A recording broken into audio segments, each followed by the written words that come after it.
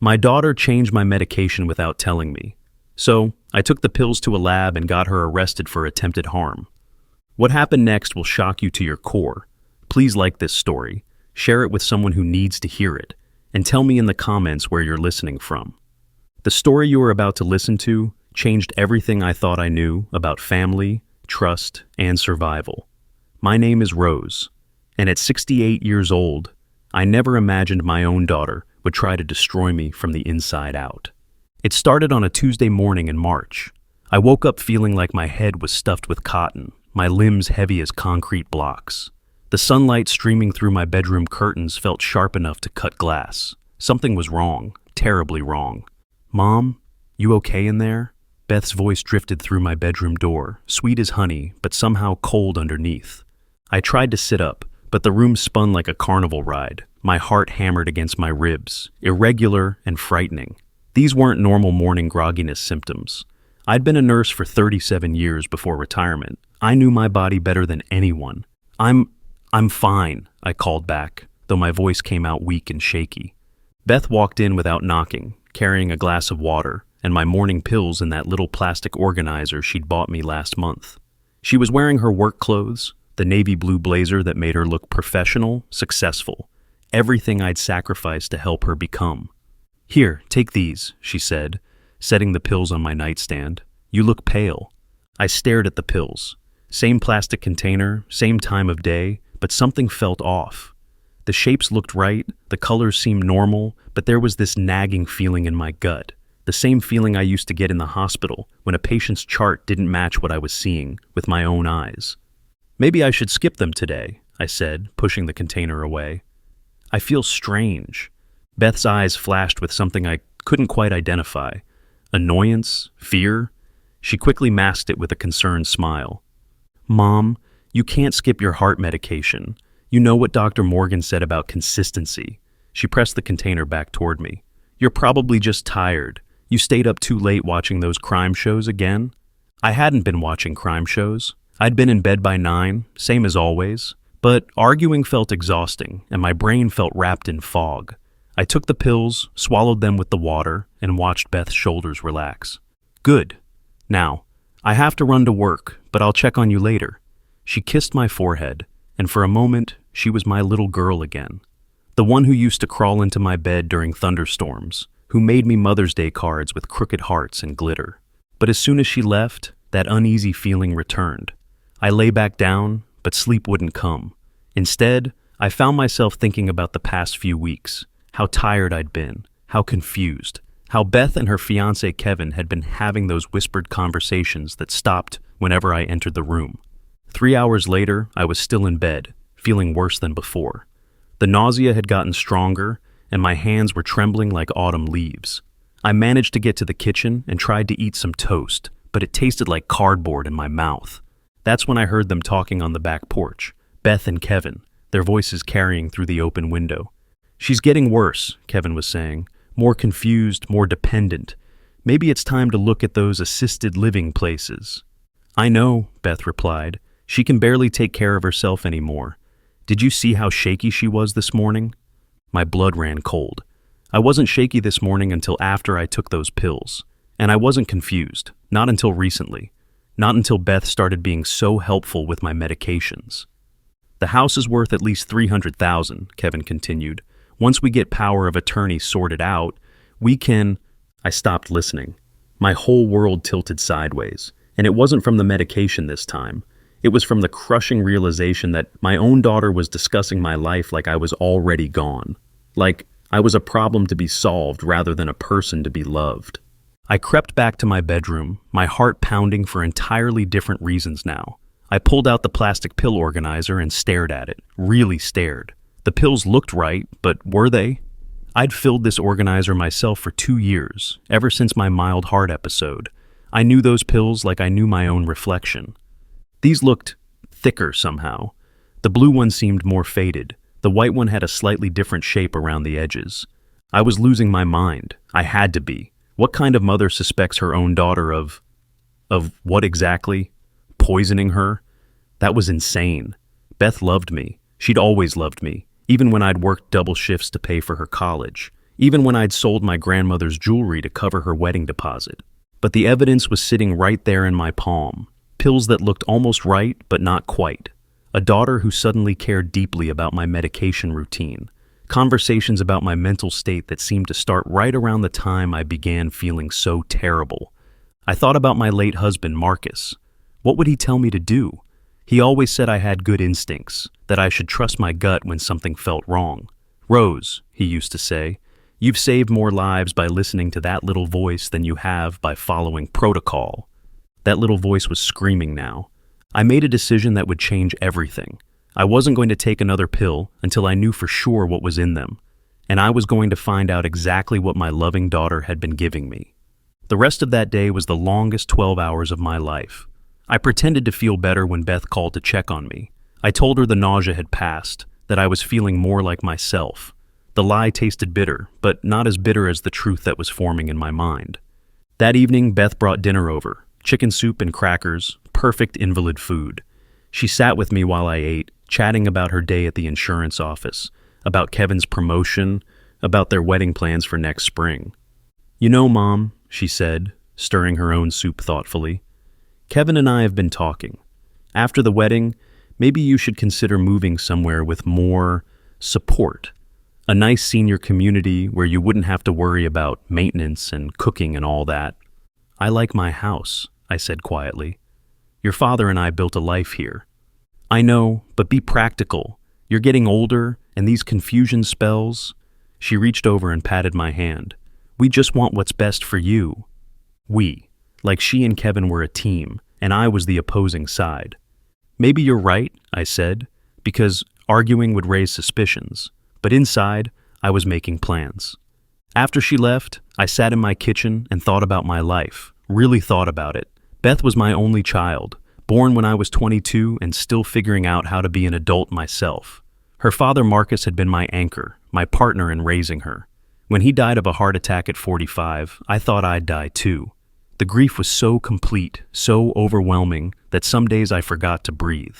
But I had Beth, sweet, smart Beth, who was only 17 and needed me to hold it together. So I did. I worked myself to the bone, picked up every extra shift the hospital would give me. I skipped meals to buy her prom dress. I took out loans I couldn't afford to send her to the state university. I sold my wedding ring, my most precious possession, to cover her graduation expenses when financial aid fell short. I never remarried, though I had chances. I never bought myself anything nice. Every dollar, every decision, every sacrifice was for Beth. To give her the life I'd never had, the opportunities that had been stolen from me when I became a single mother at 22. She'd graduated with honors, got a good job, found a nice man to marry. Everything I'd dreamed for her had come true. So, why was I sitting here, suspicious of the daughter I'd given everything for? Because something was very, very wrong. And despite the love I felt for her, despite the years of sacrifice and devotion, I was going to find out what. I walked to my bedroom and opened the drawer where I kept my old address book. Dr. Sarah Mitchell had been a colleague at the hospital before she moved to the private lab downtown. We'd kept in touch over the years, exchanging Christmas cards and occasional coffee dates. If anyone could help me figure out what was really in those pills, it would be Sarah. My hands shook as I dialed her number, not from medication this time, but from fear of what I might discover. Sarah, it's Rose Thompson. I know this might sound strange, but I need a favor, a big one. The past came flooding back as I explained my situation. Sarah listened without judgment, asked a few pointed questions, and agreed to run tests on my medication. The relief I felt was almost overwhelming. Bring them in tomorrow morning, she said. I'll run a full analysis. Rose, trust your instincts on this. You always had the best instincts of any nurse I knew. That night, I lay in bed staring at the ceiling, thinking about trust and betrayal, about love and survival. I thought about the daughter I'd raised, the sacrifices I'd made, the life I'd built and protected. And I wondered if the person I'd loved most in the world was trying to destroy me. But I also thought about strength, about the 37 years I'd spent saving lives, solving problems, trusting my judgment, even when others doubted me. I'd raised a child alone, survived grief that should have killed me, built a career from nothing. If Beth was really doing what I suspected, she had no idea who she was dealing with. I wasn't just some confused old woman. I was Rose Thompson, and I'd survived worse things than a treacherous daughter. Tomorrow, I would get my answers, and then I would decide what to do with them. The pills sat on my nightstand, looking innocent in the dim light. But I knew better now. Sometimes the most dangerous things come wrapped in familiar packaging, offered by the people we trust most. I was about to learn just how dangerous love could be when it curdled into something else entirely. And Beth, my baby girl, my greatest accomplishment, was about to learn that underestimating your mother is the biggest mistake you can make. The war for my life was just beginning, but I'd already won the first battle by refusing to take those pills. Now I had to win the rest. The next morning, I woke up feeling clearer than I had in weeks. My head wasn't foggy, my hands weren't shaking, and for the first time in months, I actually felt hungry.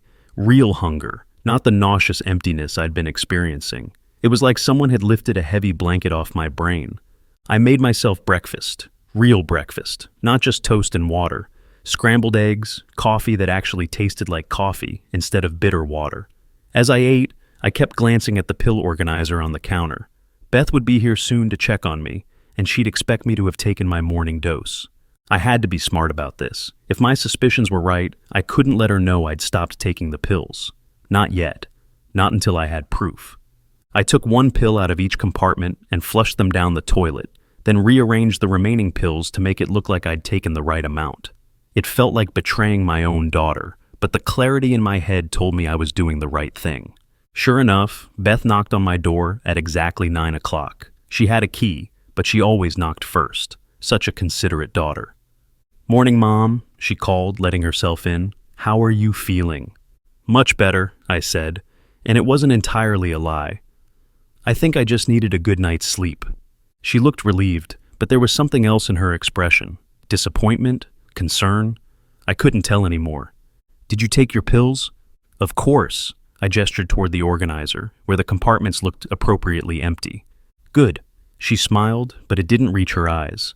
"I brought you some groceries. Nothing too heavy, just some soup, crackers, that yogurt you like." Invalid food. Food for someone who couldn't handle real meals.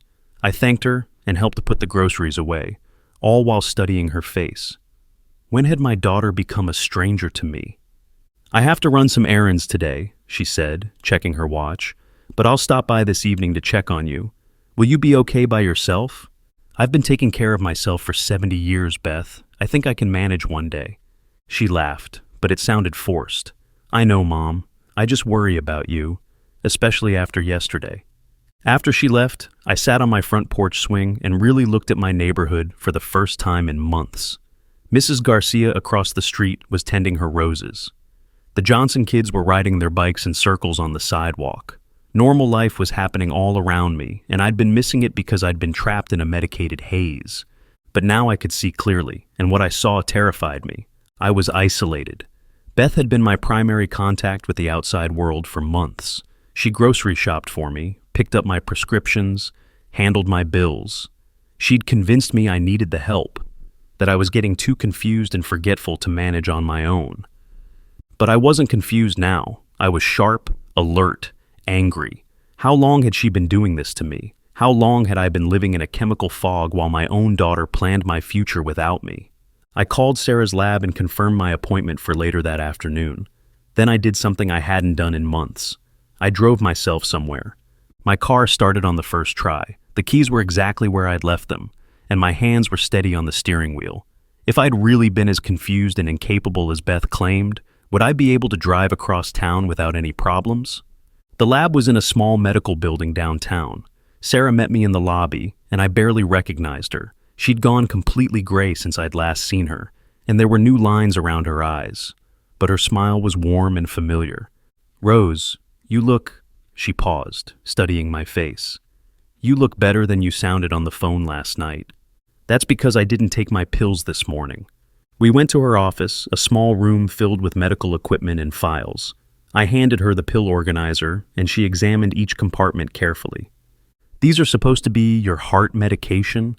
"That's what Beth tells me, but they don't look quite right, and I've been feeling terrible for weeks." Sarah nodded grimly. "I'll run a full analysis. It'll take a few hours to get complete results, but I can do some preliminary tests right now." She took several pills from each compartment and disappeared into the lab.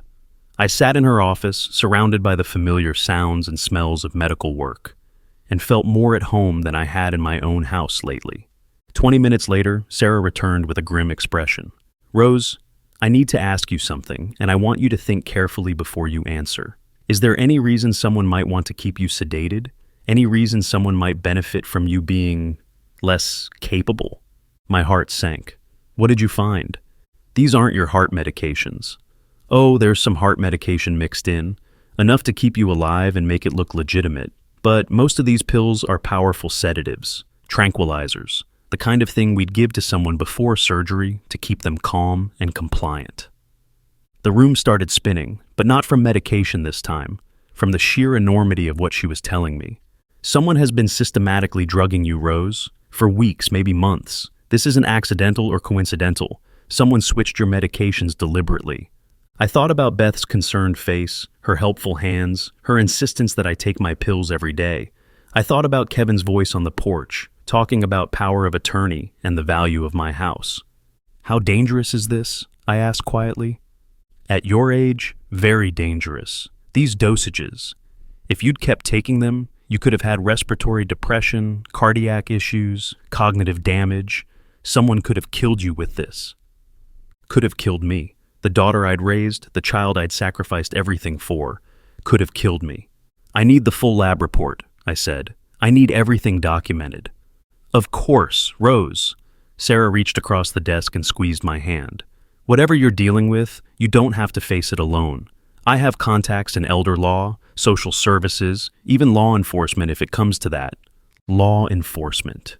The thought of calling the police on my own daughter made me physically sick. But what choice did I have? I drove home in a daze, my mind racing with possibilities and fears. How long had this been going on? Was Beth working alone, or was Kevin involved? How many people in my life knew what was happening and said nothing? I pulled into my driveway and sat in the car for a long moment, staring at the house Marcus and I had bought 30 years ago. The house where we'd raised Beth, where we'd celebrated birthdays and holidays, where we'd planned our future together before cancer stole him away. Now it felt like a crime scene. I went inside and looked around with new eyes. Everything was the same, but everything was different. The kitchen where Beth prepared my meals, the living room where she sat with me in the evenings, watching me take my pills, the bedroom where I had been slowly losing myself, one dose at a time. I walked to my dresser and pulled out the photo album I kept in the bottom drawer.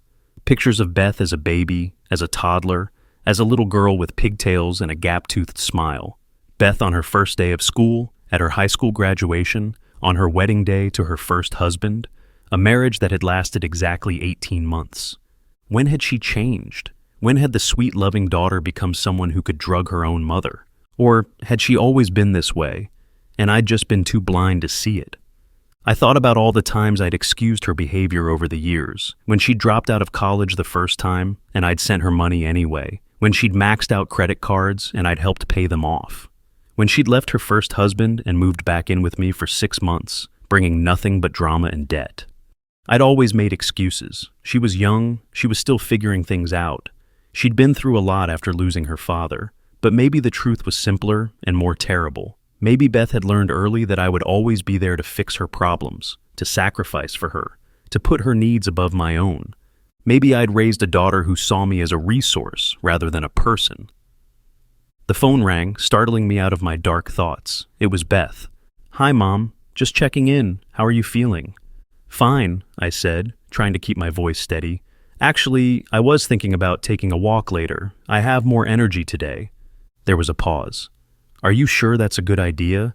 You seemed so weak yesterday." "I feel much better today. Maybe I'm finally getting over whatever bug I had." Another pause. "Well, don't overdo it. I'll bring dinner over around 6, something light." Something light. Something that would be easy to add medication to. "That's sweet of you, honey, but I'm actually feeling like cooking tonight. I might make that pasta salad I used to love." "Mom, you shouldn't be standing at the stove when you're not feeling well. Let me take care of you." Let me take care of you. Words that should have been comforting, but now sounded like a threat. "I'll be fine, but thank you." I hung up before she could argue further. My hands were shaking again, but not from medication this time, from fear and anger and grief for the daughter I thought I knew. That evening, I sat on my porch swing and watched the sunset behind the maple tree Marcus had planted the year Beth was born. I thought about calling Sarah, calling the police, calling anyone who might help me figure out what to do next. But mostly, I thought about trust, how it's built slowly over years of small kindnesses and shared experiences, how it can be destroyed in an instant by a single betrayal, how the people who have the power to hurt us most are the ones we love most. I thought about Marcus, about the life we'd built together, about the dreams we'd shared.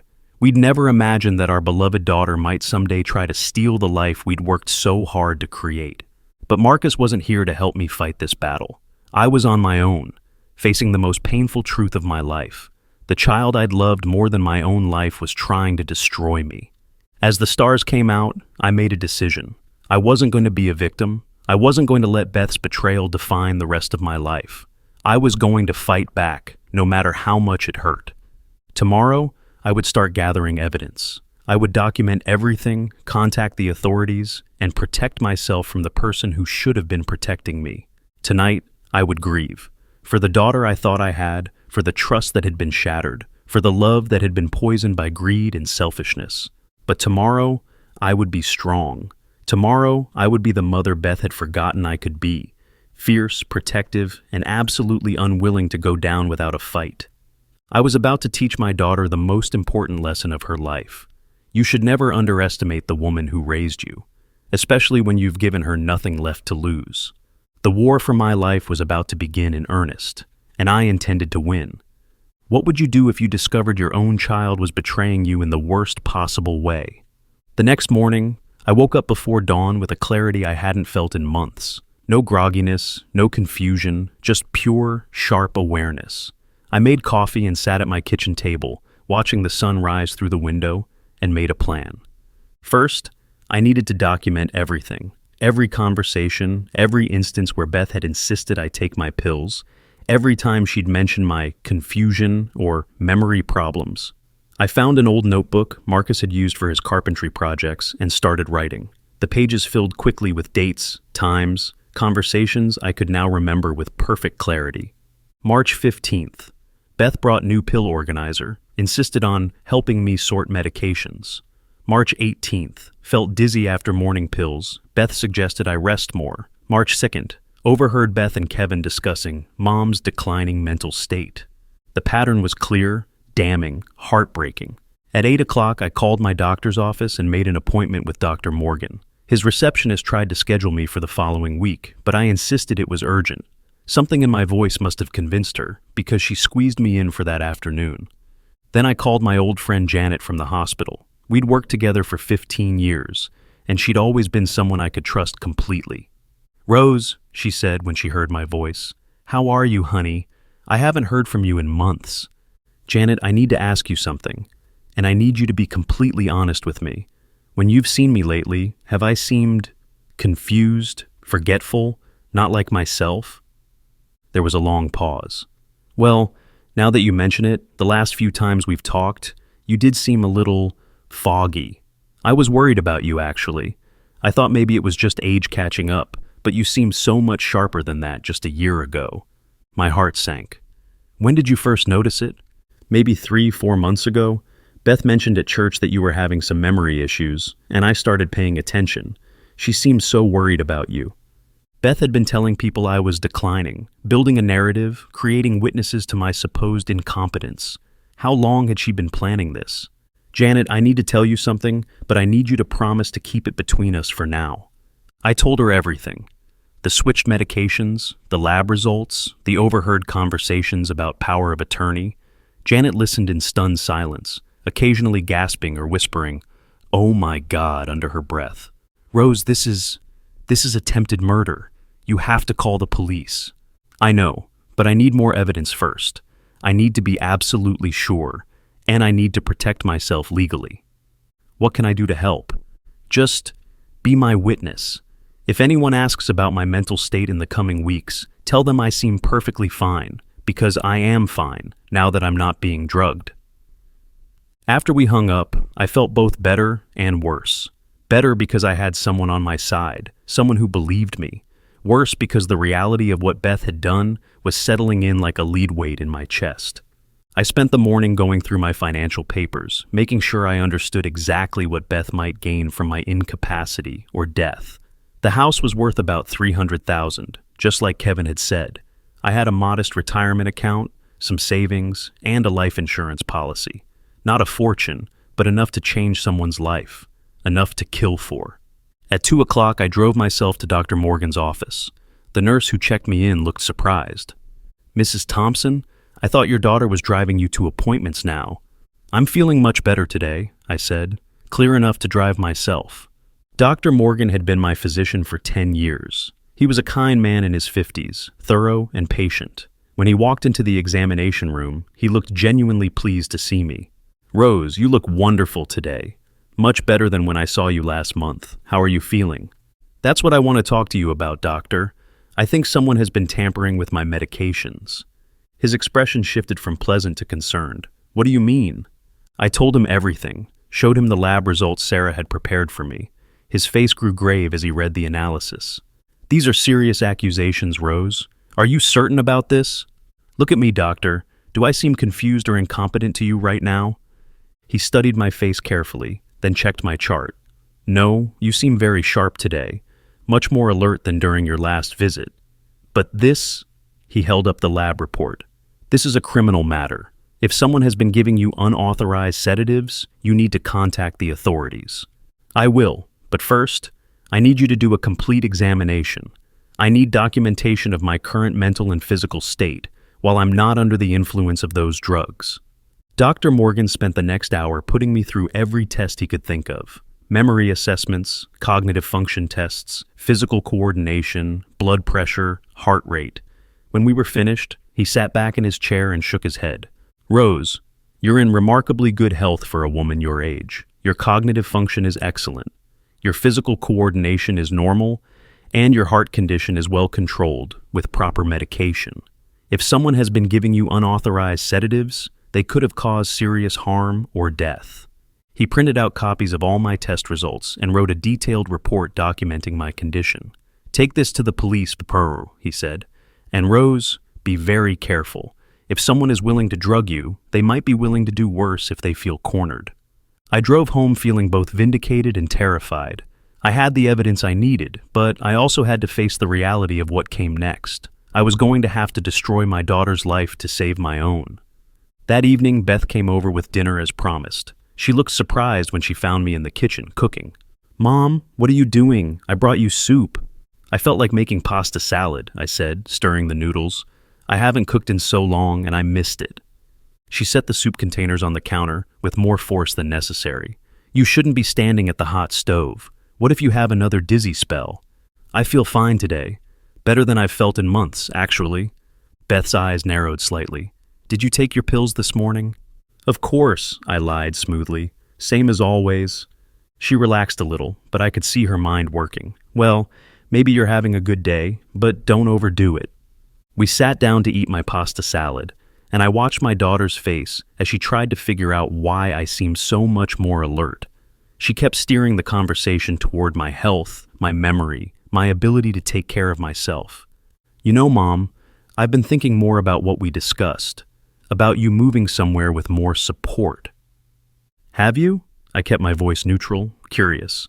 "Kevin found some really nice places, active senior communities with medical staff on site. You'd have your own apartment, but help would be right there if you needed it." "That sounds expensive." "Well, we'd sell the house to pay for it. This place is too big for you anyway, and the maintenance costs." There it was, the real plan. Get me declared incompetent, move to a facility, sell my house. Probably with Beth as my guardian, managing my finances, deciding my fate. "I suppose that makes sense," I said, and watched relief flood her face. "I'm so glad you're being reasonable about this. I was worried you'd be stubborn. Stubborn, like wanting to keep my independence in my home was some kind of character flaw." After she left, I sat in my living room and cried. Not the confused, frustrated tears I'd shed over the past months, but deep, cleansing sobs of grief and rage. I was mourning the daughter I thought I had, the relationship I thought we shared, the future I'd imagined for us. But I was also planning. Tomorrow, I would take all my evidence to the police. I would file a formal complaint against my own child. I would set in motion a series of events that would change both our lives forever. I called Sarah that evening to get the final lab results. "It's even worse than I thought," she said grimly. "The sedatives were mixed with other drugs that would have caused increasing confusion and dependency. Someone wasn't just trying to keep you quiet, Rose. They were trying to make you completely helpless. How long would it have taken? At the dosages you were receiving, maybe another month or two before you would have been completely incapacitated. You stopped taking them just in time. Just in time. My daughter had been weeks away from reducing me to a vegetable, and I'd stopped her just in time. That night, I lay in bed thinking about the woman who'd raised me. My mother had been strong, independent, fierce when she needed to be. She'd taught me to stand up for myself, to never let anyone take advantage of me, to fight for what was right, even when it was hard. "What would you do, Mama?" I whispered into the darkness. But I already knew the answer. She would have done exactly what I was planning to do. She would have protected herself, no matter who was trying to hurt her, even if it was her own child. The next morning, I dressed carefully in my best outfit, a navy blue dress Marcus had always loved, pearl earrings Beth had given me for Mother's Day 5 years ago. I wanted to look competent, credible, like someone whose testimony would be believed. The police station was smaller than I'd expected, less intimidating. The officer at the front desk was a young woman with kind eyes, who listened patiently as I explained why I was there. "I need to file a complaint against my daughter for elder abuse and attempted poisoning." The words felt surreal coming out of my mouth, but the officer didn't even blink. She'd probably heard worse things before breakfast. "Let me get Detective Williams for you. He handles elder abuse cases."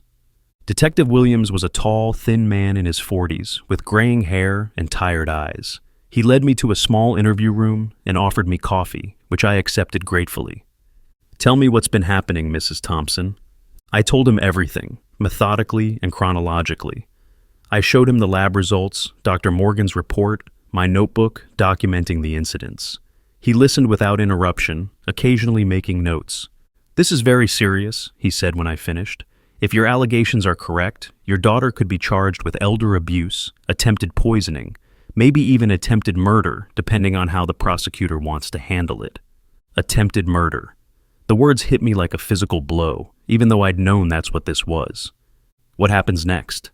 We'll need to investigate, interview witnesses, examine the evidence, possibly execute a search warrant. Mrs. Thompson, I have to ask, are you prepared for what this might mean? Once we start this process, there's no going back. Your daughter could go to prison.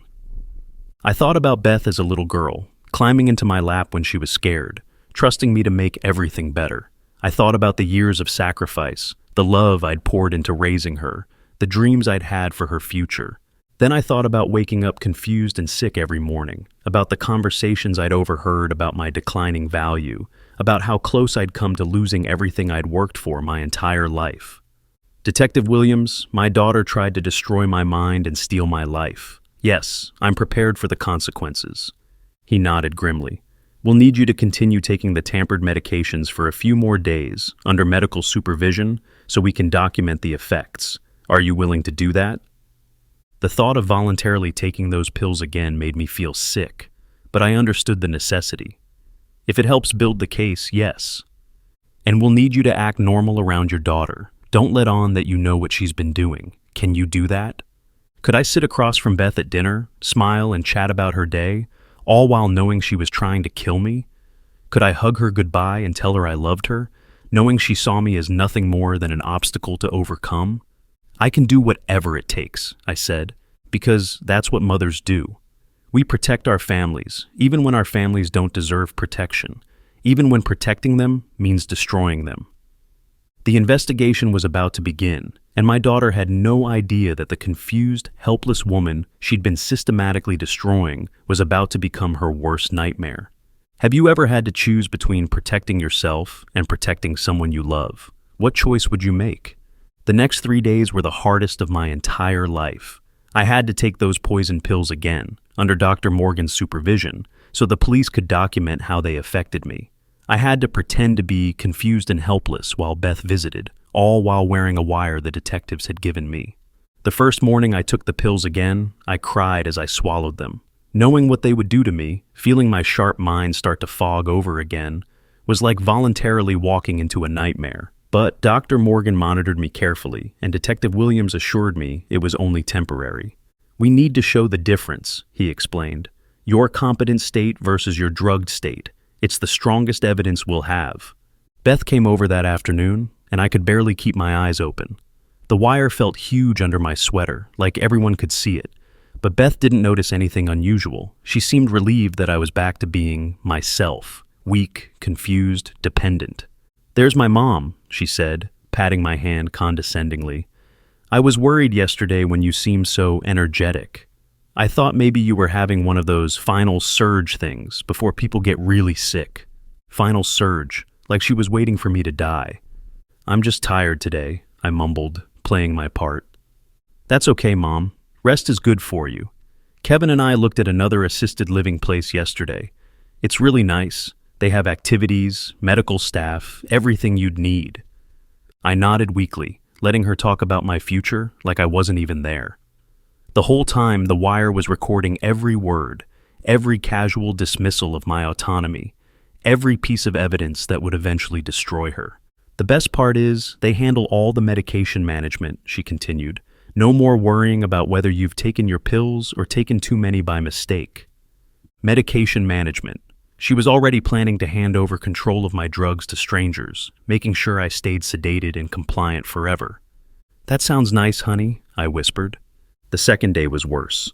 The sedatives built up in my system, and I could barely think straight. Beth brought over papers, insurance forms, she said, but I recognized them as power of attorney documents even through the chemical fog. "I just need you to sign these, Mom. It's to make sure I can help you with medical decisions when you're not feeling well." My hand shook as I pretended to struggle with the pen. "I don't understand what these are." "Don't worry about it. I'll take care of everything. You just need to trust me." Trust me. The irony was so bitter I almost laughed, but the drugs made even that too difficult. I signed the papers with a shaky signature, knowing the police would later use this as evidence of how the drugs impaired my judgment. Each signature felt like signing my own death warrant, but I forced myself to remember that this was all fake, all evidence, all part of taking her down. On the third day, Detective Williams called off the experiment.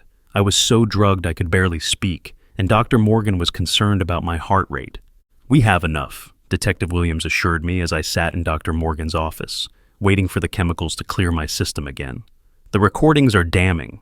She clearly knew you were impaired, and she took advantage of it to get legal documents signed." "What happens now?" I asked, my words still slurring slightly. "Now we arrest her." The words should have felt like victory, but instead they felt like death. My daughter was going to be arrested because of me, the little girl I'd rocked to sleep, whose fevered forehead I'd kissed, whose heart I'd held together through her first breakup.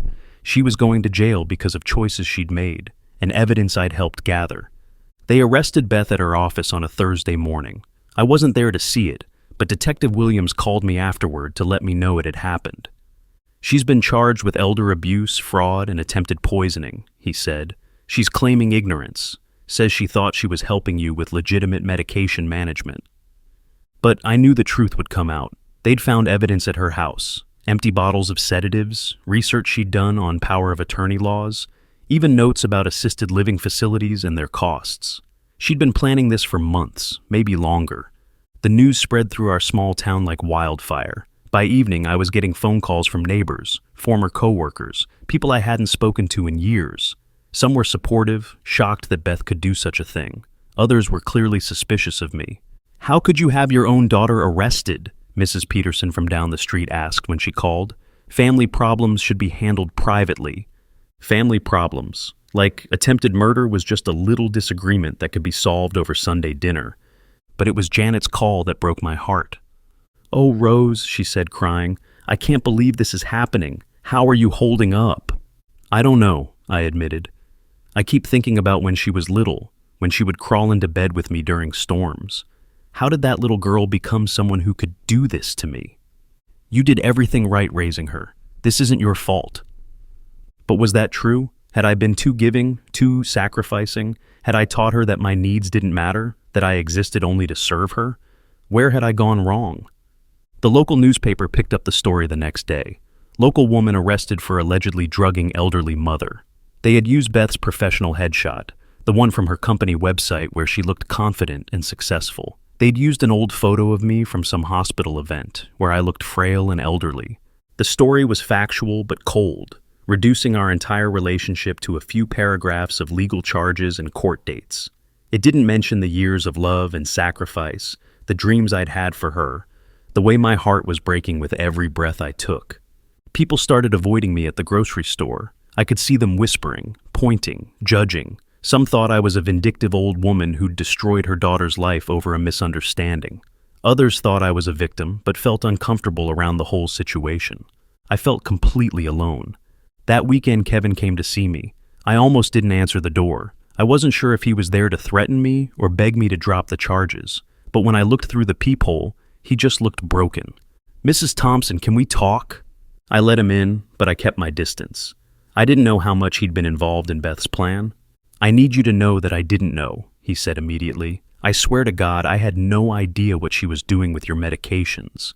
I thought you were just getting older, having normal age-related problems. But you talked about power of attorney, about selling my house." He flinched. "Yeah, we did. But I thought that was just normal planning, making sure you'd be taken care of if something happened. I never knew she was making things happen." I studied his face, looking for signs of deception. He seemed genuinely shocked, genuinely horrified. "She's saying you forced her to do it," he said quietly, "that you're mentally unstable, and this is all some kind of revenge fantasy." Of course she was. Even facing criminal charges, Beth was still trying to manipulate the situation, still trying to make me the problem. "Do you believe her?" I asked. Kevin was quiet for a long moment. 3 months ago, I would have. "You seem so confused, so fragile, but looking at you now," he shook his head. "You're completely different. Sharp, alert, strong. If you were really mentally declining, you couldn't have planned and executed something this complex." "I didn't want this to happen, Kevin. I loved her. I still love her." "I know, and that's what makes this so horrible." He stood up to leave, then turned back. "For what it's worth, I'm sorry. I should have paid more attention, asked more questions. Maybe I could have stopped this before it went so far." After he left, I sat alone in my living room and thought about responsibility. Was Kevin partly to blame for not questioning Beth's story about my decline? Were my neighbors responsible for not checking on me more often? Was I responsible for raising a daughter who could do something so evil? Or was Beth simply responsible for her own choices, no matter what circumstances led her to make them? The preliminary hearing was scheduled for the following week. My lawyer, a sharp woman named Patricia Chen, who specialized in elder abuse cases, explained what would happen. The prosecution will present their evidence, the lab results, the recordings, the fraudulent power of attorney documents. Beth's lawyer will try to create doubt about your mental capacity and her intent. What are my chances? With the evidence we have, very good. But Rose, you need to prepare yourself for what Beth's defense will be. They're going to attack your character, your memory, your relationship with her. They're going to try to paint you as a vindictive mother who's weaponizing the legal system against her loving daughter. I was ready for that. I'd been preparing myself for weeks. The hearing was held in a small courtroom that smelled like old wood and disappointment. I wore my navy dress again, the one Marcus had loved, and sat in the front row behind the prosecutor's table. When they brought Beth in, I barely recognized her. She'd lost weight, and her face was pale and drawn. She was wearing an orange jumpsuit instead of her usual professional clothes, and her hands were cuffed. For a moment, she was just my little girl again, scared and in trouble, looking to me to make everything better. Every instinct I had screamed at me to run to her, to hold her, to find a way to fix this. But then she looked at me, and her eyes were cold, not scared, calculating. Even now, even facing prison time, she was looking at me like I was the enemy. The prosecutor presented the evidence methodically, the lab results showing the altered medications, the recordings of Beth dismissing my concerns and taking advantage of my drugged state, the power of attorney documents signed while I was incapacitated. Beth's lawyer, a slick man in an expensive suit, tried to create reasonable doubt. Maybe the medications had been switched by accident. Maybe Beth really believed she was helping me. Maybe I was mentally unstable and had fabricated this entire scenario. But the evidence was overwhelming. When the judge heard the recordings of Beth talking about selling my house while I sat there barely conscious, his expression hardened. "The defendant is remanded for trial," he said. "Bail is set at $50,000. $50,000. Kevin would probably find a way to raise it, and Beth would be out within days. But for now, she was going back to jail, and it was because of me." As they led her away, she turned and looked at me one more time. This time, there was no calculation in her eyes, just pure hatred. "I hope you're happy," she called out, her voice echoing in the courtroom. "You got what you wanted." What I wanted. I wanted my daughter back. I wanted the relationship we'd had before greed and selfishness poisoned it. I wanted to go back in time and figure out where everything went wrong. But I also wanted to live. I wanted my independence, my dignity, my right to make my own choices about my life and my death. And Beth had tried to take all of that away from me. Outside the courthouse, reporters were waiting. I'd prepared a brief statement with Patricia's help. "I'm grateful that the justice system is taking elder abuse seriously," I said, looking directly into the cameras. "No senior citizen should have to fear the people who claim to love them. I hope my case encourages other victims to speak up and seek help." That night, I sat on my porch swing and watched the stars come out. For the first time in months, my mind was completely clear, completely my own. I wasn't under the influence of any drugs, I wasn't confused or helpless, and I wasn't afraid. I was heartbroken, but I was free. The battle was far from over. There would be a trial, more hearings, more public scrutiny. Beth would probably serve time in prison, and our relationship would never recover. But I'd survived the worst betrayal imaginable and come out stronger. I thought about calling someone, Janet, or Sarah, or one of my old colleagues. But instead, I just sat there in the silence, feeling grateful to be alive, to be myself, to be free to make that choice. Tomorrow would bring new challenges, but tonight, I was exactly where I belonged, in my own home, in my right mind, in control of my own life. For the first time in months, that was enough. Would you have been strong enough to send your own child to prison to save yourself, or would love have made you too weak to fight back? 3 weeks after the hearing, I found myself sitting in Patricia's office again, but this time the news was devastating in a completely different way. "Rose, I need to tell you something that's going to be hard to hear," Patricia said, sliding a folder across her desk.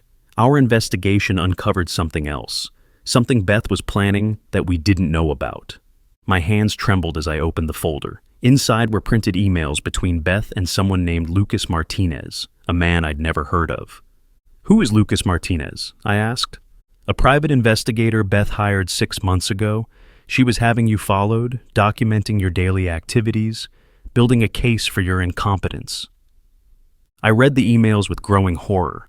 Beth had paid this man to watch me, to photograph me on my bad days when the drugs made me stumble or seemed confused. She'd instructed him to focus on moments when I appeared dangerous to myself, reaching for something on a high shelf, forgetting to lock my front door, looking lost at the grocery store. But the worst email was dated just 2 weeks before I stopped taking the pills. "Lucas, I need you to document a few more incidents of Mom appearing confused or unsafe. We're moving to the next phase soon. Make sure you get pictures of her looking disoriented. The more evidence of her decline, the better." The next phase. She'd been planning to have me declared mentally incompetent all along. The assisted living facility wasn't the end goal. It was just the first step toward complete control of my life and assets. "There's more," Patricia said gently. "Lucas kept copies of everything because he was getting uncomfortable with what Beth was asking him to do. He's agreed to testify for the prosecution." She handed me another set of documents, bank records showing that Beth had already contacted a real estate agent about selling my house, applications for guardianship that she'd filled out but not yet submitted, research on how to liquidate retirement accounts for medical expenses. My daughter hadn't just been drugging me. She'd been methodically planning to erase my entire existence as an independent person. "How much of my money did she plan to take?" I asked quietly. "All of it. Once she had guardianship, she would have had complete control over your finances. She could have sold everything you owned, moved you to the cheapest facility she could find, and pocketed the difference." I thought about the house Marcus and I had bought with our first joint tax refund, the savings account we'd built penny by penny over 30 years of marriage, the retirement fund I'd contributed to with every paycheck, even when money was tight. Beth had been planning to steal not just my independence, but the entire life's work that Marcus and I had built together. She was going to kill me, I said, the words coming out flat and emotionless. Not directly, but yes, once she had control, your quality of life would have been whatever she decided to pay for. And given the level of planning involved, Patricia didn't finish the sentence, but she didn't need to. That night, I called Marcus's sister Elena in Arizona. We'd stayed in touch over the years, but I hadn't told her about what was happening with Beth. I'd been too ashamed, too heartbroken to admit that the niece Elena had helped raise had tried to destroy me. "Rose?" Elena's voice was warm with surprise. "It's so good to hear from you. How are you doing?" I told her everything. The drugs, the investigation, the arrest, and now this new revelation about the extent of Beth's planning. Elena listened in stunned silence, occasionally murmuring, "Oh my God," or "That poor baby," but I wasn't sure if she was talking about me or Beth. When I finished, Elena was quiet for a long moment. "Rose, I need to tell you something. Last Christmas, when Beth came to visit, she asked me a lot of questions about Marcus's family history. Mental health issues, dementia, memory problems. I thought she was just worried about you getting older, but now you think she was building a medical case for my incompetence. It makes sense. If she could show a family history of cognitive decline, it would support her story that you were naturally developing dementia." My heart sank even further. Beth had been manipulating Marcus's family too, using their love and concern to gather ammunition against me. "There's something else," Elena continued. "She asked me about Marcus's life insurance policy, whether you were still the beneficiary, how much it was worth. At the time, I thought she was just trying to help you with financial planning." Financial planning, more like financial plotting. After we hung up, I sat in my living room and looked at the framed photos on the mantelpiece. Marcus and me on our wedding day, young and hopeful.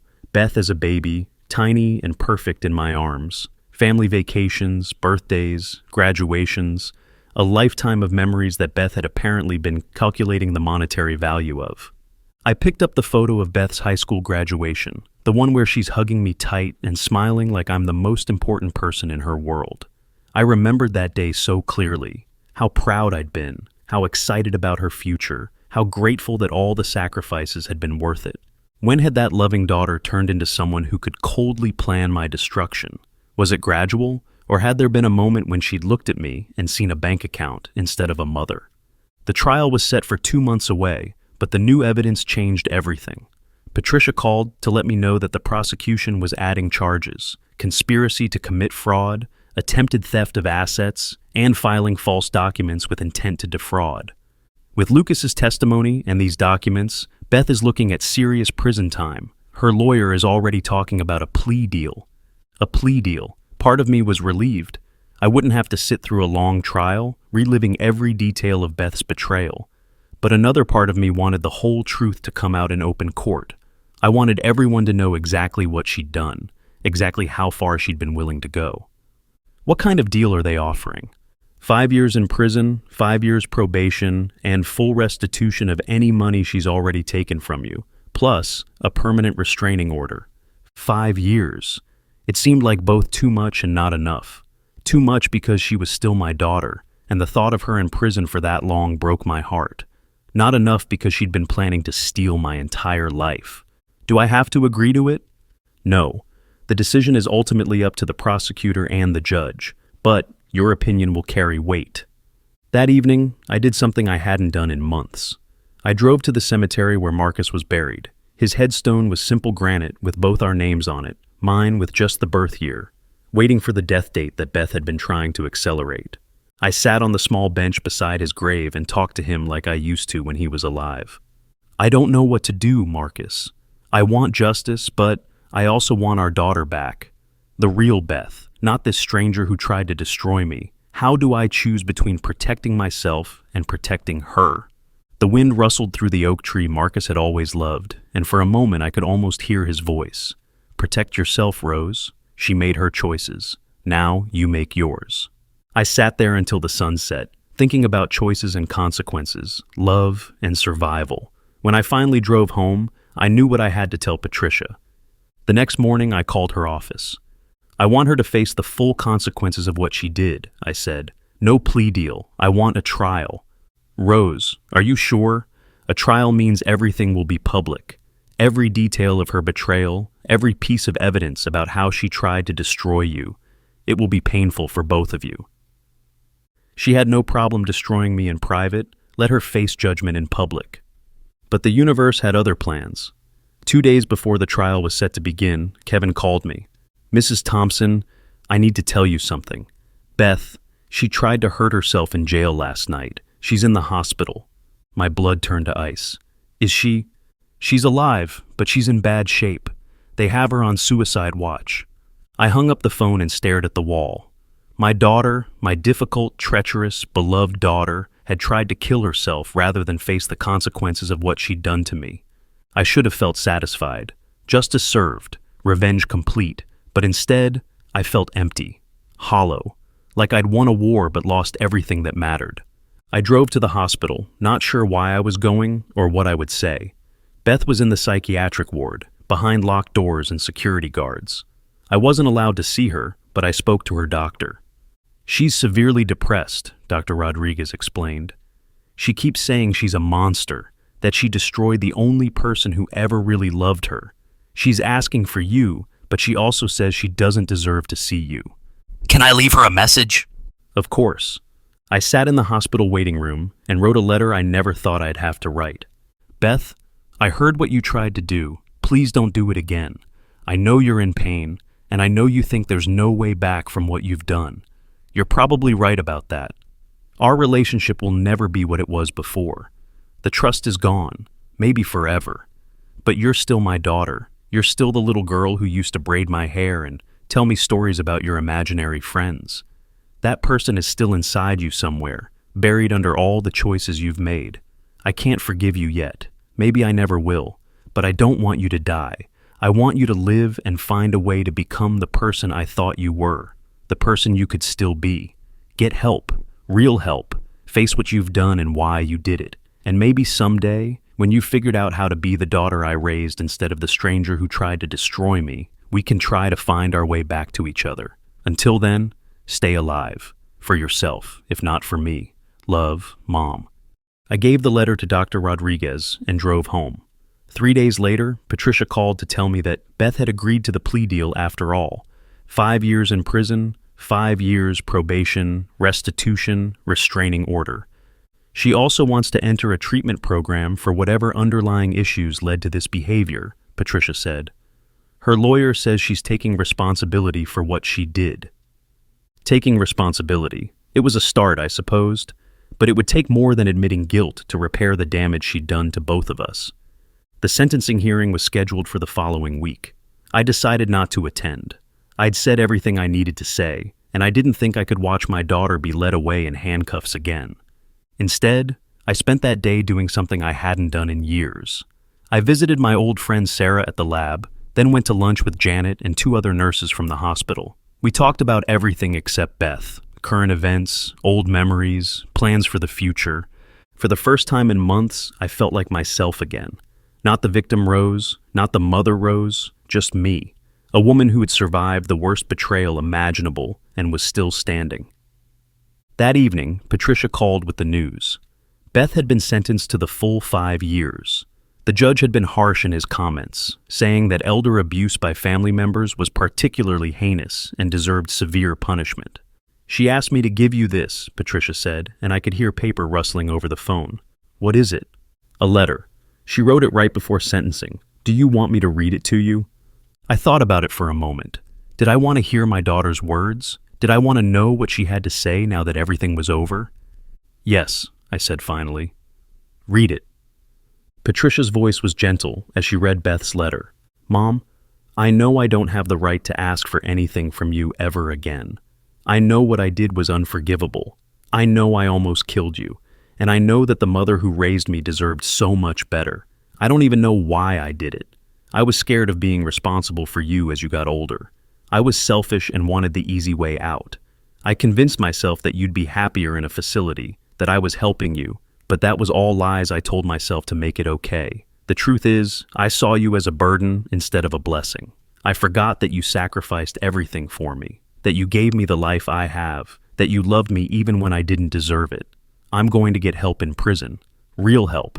I'm going to figure out how I became someone who could hurt you, and I'm going to try to become someone worth forgiving. I don't expect you to wait for me. I don't expect you to ever trust me again. But I want you to know that losing you has taught me what love really means. It means putting the other person first, protecting them, cherishing them.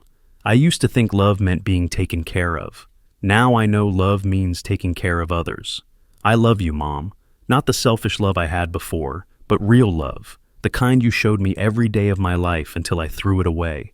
Live a beautiful life. You deserve every happiness. Your daughter, Beth.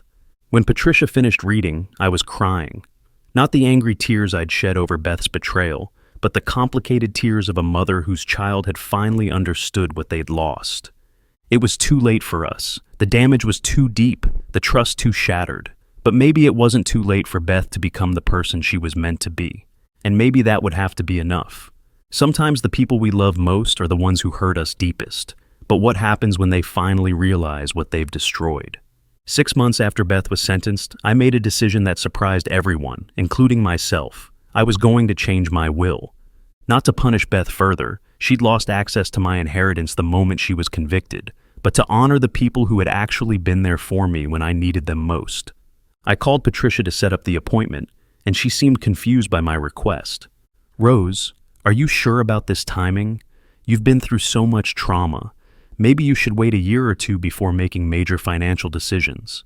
"I've never been more sure of anything in my life," I told her. "I know exactly who deserves to benefit from the life Marcus and I built together." The truth was, the past 6 months had shown me who my real family was. And it wasn't the daughter who'd tried to steal my life. It started with Emma, my goddaughter. She was Janet's daughter, a 28-year-old nurse who worked in pediatric oncology.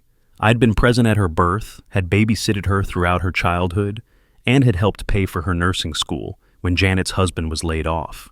Emma had visited me every week since Beth's arrest, bringing groceries, checking on my health, and just sitting with me when the loneliness got too heavy.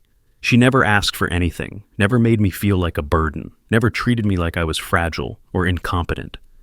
"Aunt Rose," she said one evening as we sat on my porch watching the sunset, "I want you to know that what Beth did doesn't reflect on you at all. You raised her with love and values. She chose to ignore those values, but that's not your fault." Emma called me Aunt Rose, even though we weren't blood relatives. She'd been doing it since she could talk, and it meant more to me than any biological connection ever could. "Thank you, sweetheart. That means everything to me." "I mean it, and I want you to know that you'll never be alone. Mom and I, we're your family now, real family, the kind that protects each other instead of hurting each other." That's when I knew Emma would be my primary heir. Not because I felt obligated to leave my money to someone, but because she'd shown me what family love actually looked like. Then there was Dr. Morgan, who had refused to charge me for any of the examinations and reports needed for Beth's prosecution. When I tried to pay him, he'd smiled and shaken his head. "Rose, you were a nurse for 37 years. You spent your career taking care of other people, often for less money than you deserved. Consider this my small way of taking care of you." And Sarah at the lab, who had not only run the tests that saved my life, but had also connected me with a support group for elder abuse survivors. Meeting other women who had been victimized by their own children was both heartbreaking and healing. "You're not alone in this," Sarah had told me at our first coffee date after the trial.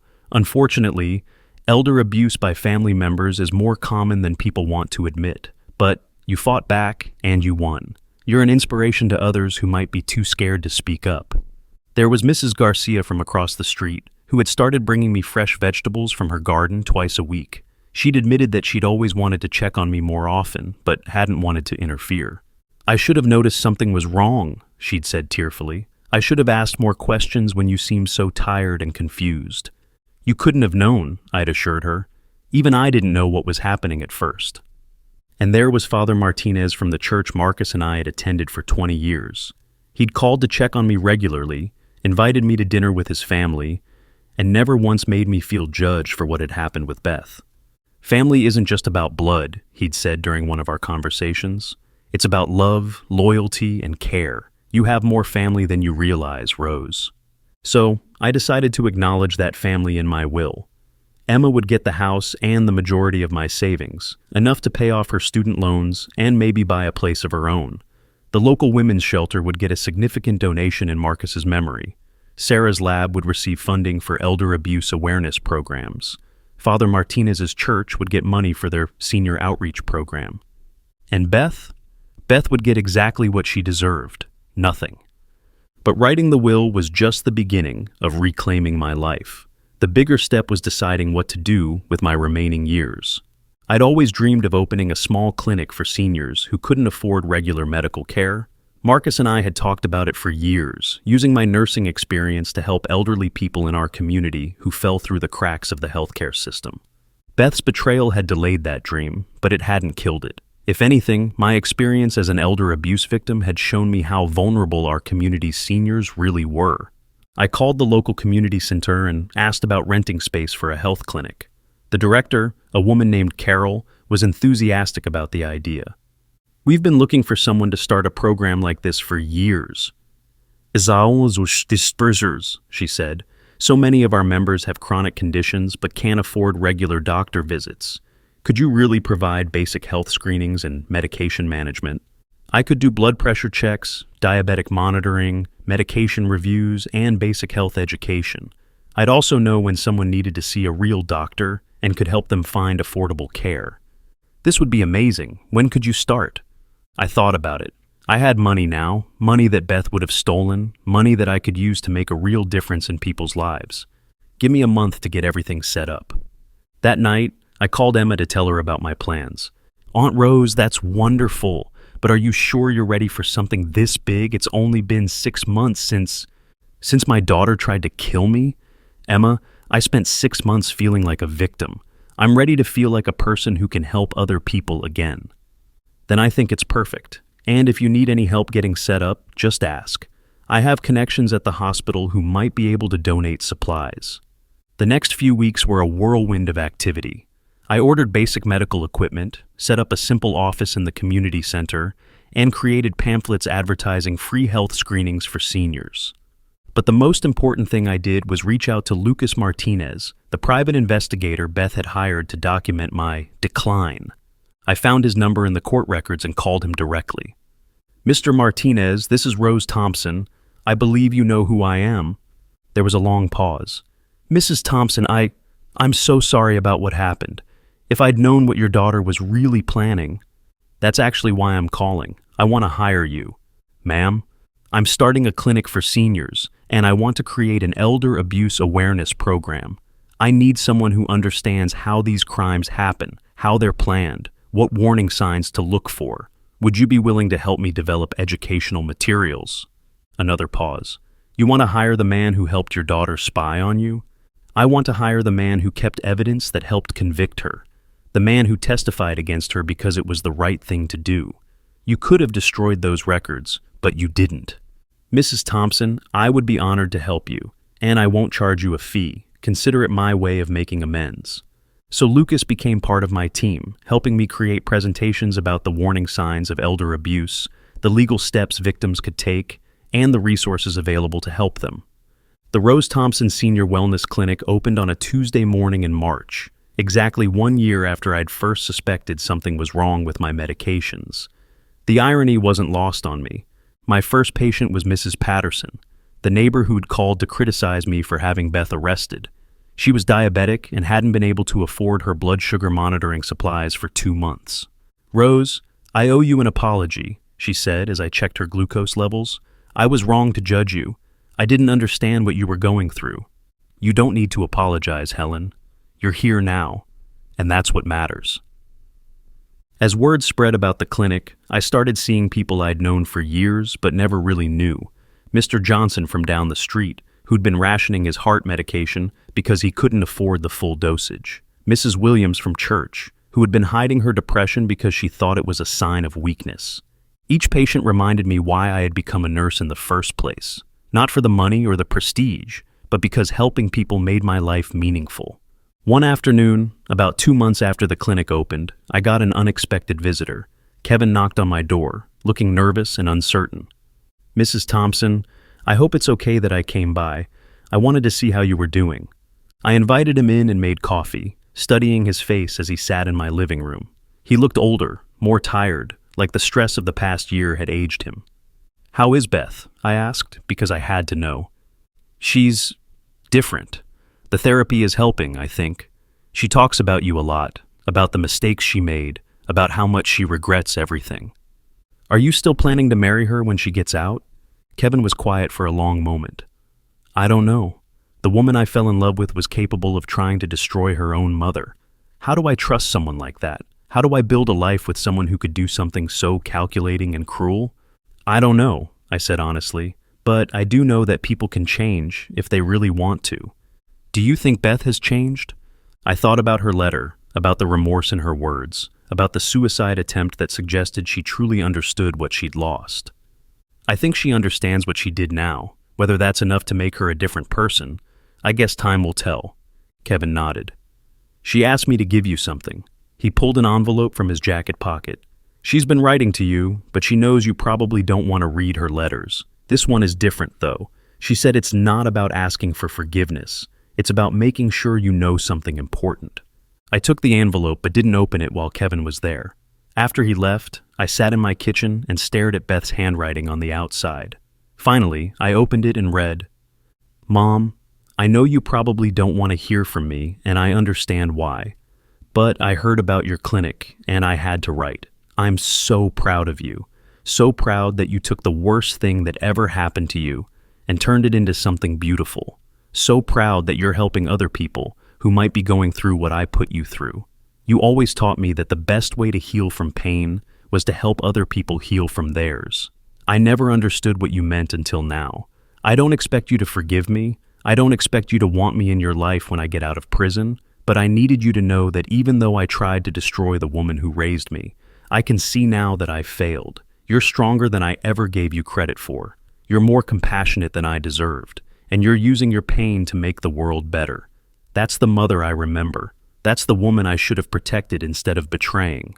I love you, not because I want something from you, but because you're worth loving. You always were, Beth. I cried when I finished reading, but they were different tears than the ones I'd shed before. Not tears of anger or betrayal, but tears of complex grief for the relationship we'd lost and the relationship we might have had in a different world. That evening, I sat on my porch swing and thought about forgiveness. Not the kind that erases the past or pretends everything is okay, but the kind that releases you from carrying someone else's poison in your heart. I wasn't ready to forgive Beth completely. Maybe I never would be. But I was ready to stop letting her betrayal define my life. I had a clinic to run, patients to help, a community to serve. I had Emma and Janet and Sarah and Father Martinez and all the other people who'd shown me what real family looked like. I had a life worth living, and I was finally ready to live it fully. The girl who had once crawled into my bed during storms was gone forever. But maybe the woman she was becoming in prison could still find a way to honor the love that had raised her, even if it was too late to repair what she'd broken. As for me, I was done looking backward. I had found my purpose again, and it had nothing to do with being anyone's mother or victim. I was Rose Thompson, and I was exactly where I belonged. Have you ever found your true purpose only after losing everything you thought mattered most? If this story is helping you right now, please share it with someone who needs to hear it. Like this post if you believe in the power of turning pain into purpose. Subscribe for more real stories that matter, and comment below about a time when you found strength you didn't know you had. Where are you listening from? I read every single comment.